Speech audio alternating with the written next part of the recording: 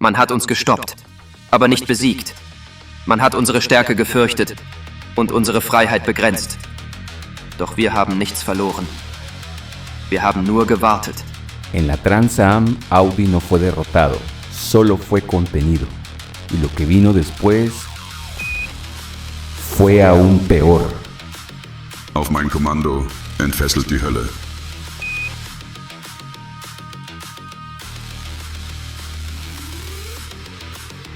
Drei, zwei, eins, jetzt.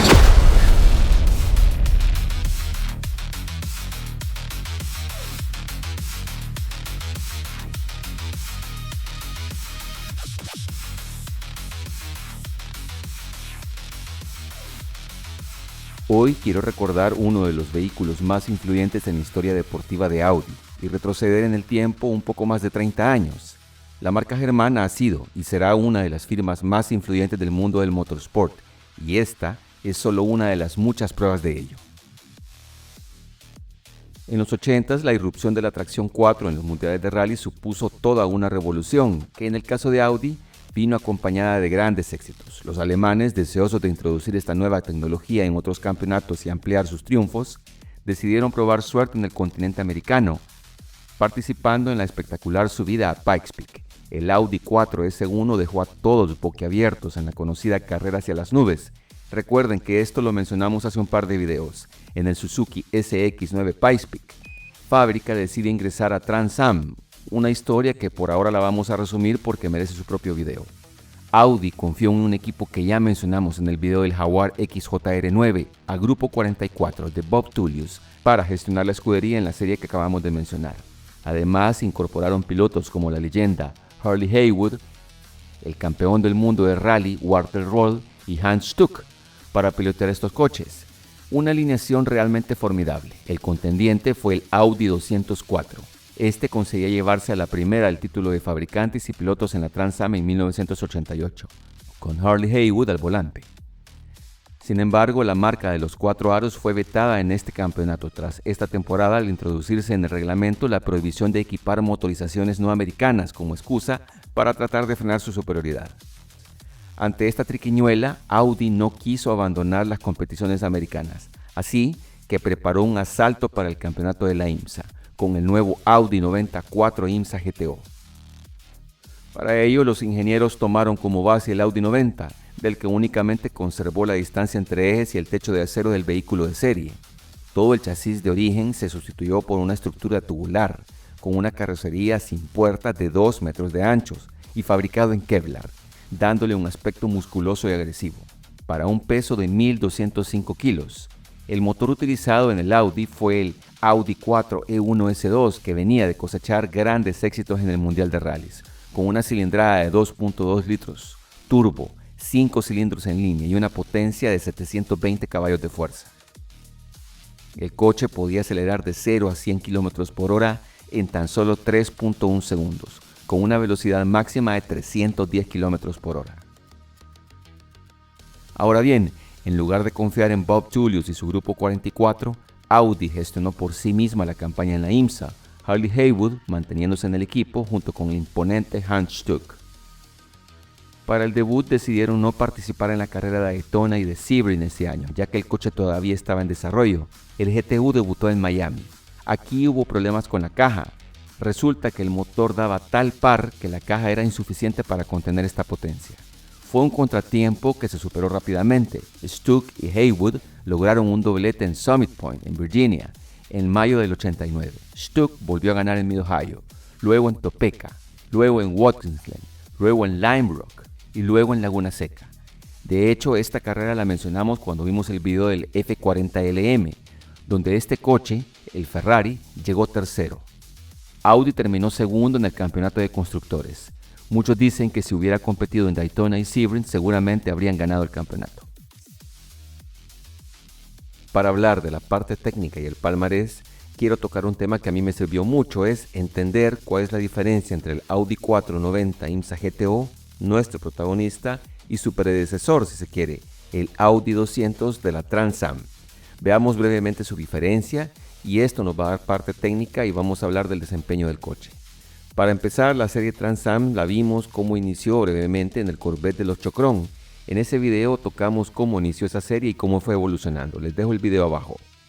El Audi 200 Turbo 4 de 1988 se basaba en un coche de producción de carretera y utilizaba un motor turboalimentado de 5 cilindros, 2.1 litros, 2 válvulas por cilindro, capaz de alcanzar unas 30 psi de presión, unos 550 caballos de fuerza. Este motor estaba controlado por una EQ Bosch Motronic MP1.2 y a pesar de la baja potencia en comparación con sus rivales, la configuración del turbocompresor para que el coche tuviera la potencia necesaria en el rango de revoluciones adecuado y el sistema de tracción a las 4 ruedas le permitieron dominar la temporada y ganar el campeonato de constructores. Fue ahí cuando lo banearon.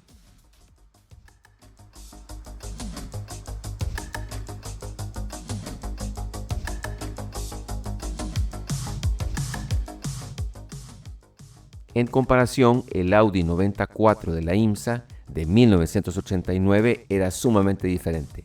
Un motor turboalimentado de 5 cilindros en línea, 2.2 litros, derivado del Audi Sport 4 de la Pikes Peak, con una presión aproximadamente en el turbo de 43 psi. Generaba 720 caballos de fuerza. Este motor estaba equipado con un juego de inyectores adicionales y era controlado por una EQ Bosch Motronic MS 1.7. El techo era de acero y era la única parte de serie. La carrocería y el chasis del IMSA GTO eran completamente diferentes a los modelos de carretera, con un chasis de metal y revestimiento de plástico. El Audi utilizaba un turbocompresor de marca Triple K. Uno de los rasgos más característicos del Audi GTO eran sus rines. Estos eran de aleación, marca BBS, de 3 piezas, frecuentemente vistas con sus icónicas cubiertas aerodinámicas. Las turbofans, estas servían para refrigerar los frenos. Los neumáticos medían 17 pulgadas de diámetro y un impresionante ancho de 14 pulgadas, tanto en el eje trasero como el delantero. Goodyear firmaba estos neumáticos. Contaba con una transmisión manual de 6 marchas, sin embargo, debido a que el reglamento de la IMSA solo permitía 5, Audi tuvo que bloquear una de las marchas, generalmente primera o sexta, esto para poder cumplir con la norma. El coche utilizaba un diferencial central Torsen que distribuía el par de forma puramente mecánica e instantánea hacia el eje que tenía más agarre, mientras que los coches con tracción trasera utilizaban una línea ideal para no perder tracción en las curvas.